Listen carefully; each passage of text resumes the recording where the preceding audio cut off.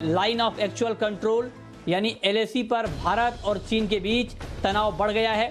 लद्दाख की गलवान घाटी में बीती रात भारत और चीन के सैनिकों के बीच हिंसक झड़प हुई है। इसमें एक भारतीय अधिकारी और 2 जवान शहीद हो गए हैं। वहीं चीन के अखबार ग्लोबल टाइम्स ने दावा किया है कि झड़प में चीन के 4 सैनिक भी मारे गए हैं। इस घटना पर भारतीय सेना की तरफ से बयान जारी किया गया है। सेना ने कहा है कि इस झड़प में दोनों तरफ नुकसान हुआ है। चीन की तरफ से भी बयान जारी किया गया है।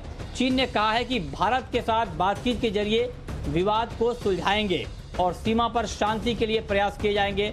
घटना सामने आने के बाद रक्षा मंत्री राजनाथ सिंह ने बैठक बुलाई। बैठक में chief of defence staff Bipin Rawat और विदेश मंत्री शामिल हुए। भारत और चीन के बीच पिछले काफी वक्त से लद्दाख में सीमा पर विवाद जारी है।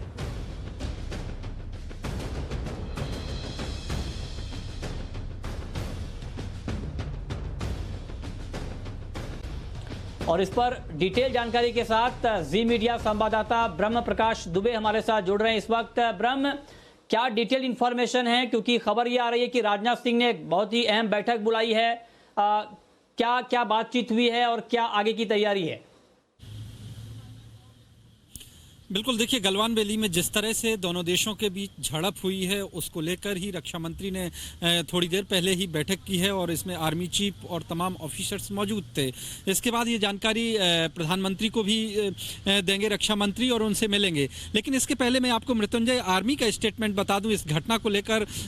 जो आर्मी ने अपना स्टेटमेंट जारी किया है कि कल यानी सोमवार रात को गलवान वैली में डी-एक्सिलेशन प्रोसेस चल रही थी, लेकिन तभी हिंसा हो गई। हमारे एक अफसर और 2 जवान शहीद हो गए। इसके बाद आर्मी ने एक और स्टेटमेंट जारी किया और कहा कि सेना ने, जिसमें कहा गया है कि हिंसक झड़प में दोनों तरफ से सैनिकों की जानें गई हैं। चीन को भी नुकसान हुआ है, जैसा चीनी मीडिया के जरिए खबर मिल रही है।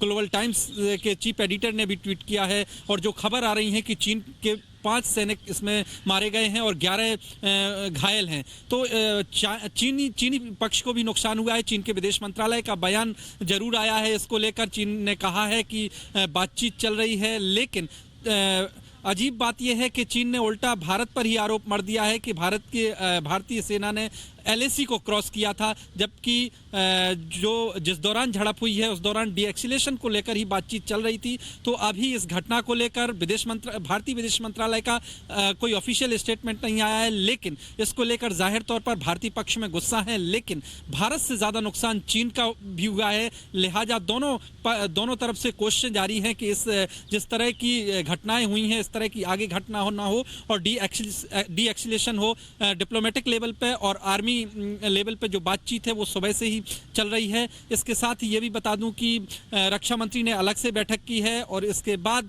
क्या अभी थोड़ी देर बाद हो सकता है कि भारतीय विदेश मंत्रालय भी इस पर ऑफिशियल स्टेटमेंट जारी करे। मृत्युंजय, ये आपने बहुत महत्वपूर्ण बात कही कि हो सकता है कि कुछ ऑफिशियल स्टेटमेंट इसको लेकर के आए। और आपने कहा कि चीन का डैमेज ज़्यादा हुआ है, लेकिन एक बड़ा सवाल ये भी ब्रह्म, क्या इस बात पर चर्चा हो रही है, क्योंकि चीन ये भी कह रहा है कि हम बातचीत के जरिए विवाद को सुलझाएंगे, लेकिन दूसरी तरफ एलएसी पर तनाव पैदा करने की कोशिश करता है। तो क्या बातचीत की पहल को लेकर भी कोई बातचीत हो रही है?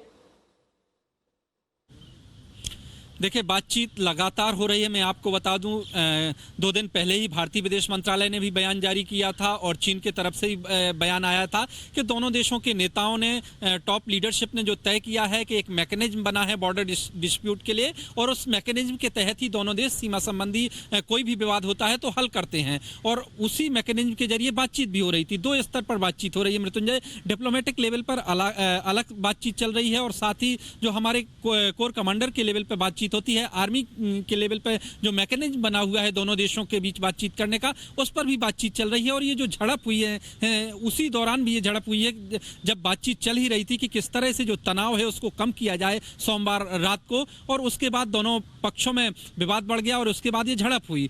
तो नुकसान जरूर हुआ है भारतीय पक्ष का, लेकिन इससे ज्यादा चीन को भी नुकसान हुआ है, हमें ये ध्यान रखना होगा। लेकिन बड़ी बात यह है मृत्युंजय कि चीन असल में कहता कुछ और है और असल में करता कुछ और है। चीनी विदेश मंत्रालय भले ही ये आरोप लगा रहा हो कि भारतीय सेना ने एलएसी को क्रॉस किया, लेकिन भारत हमेशा कहता रहा है कि ना तो हम किसी की जमीन को कब्जाना चाहते हैं, ना ही अपनी एक इंच जमीन किसी को कब्जे में लेने देंगे। तो भारत का रुख तो बिल्कुल स्पष्ट रहा है इस मामले में कि भारतीय सेना ने ना तो एलएसी क्रॉस की है, लेकिन भारत की तरफ से यह भी रुख बिल्कुल स्पष्ट है और कड़ा है कि भारत की 1 इंच भी जमीन कोई भी देश हत्या नहीं पाएगा, चाहे वो चीन हो या फिर कोई और देश हो। मृत्युंजय।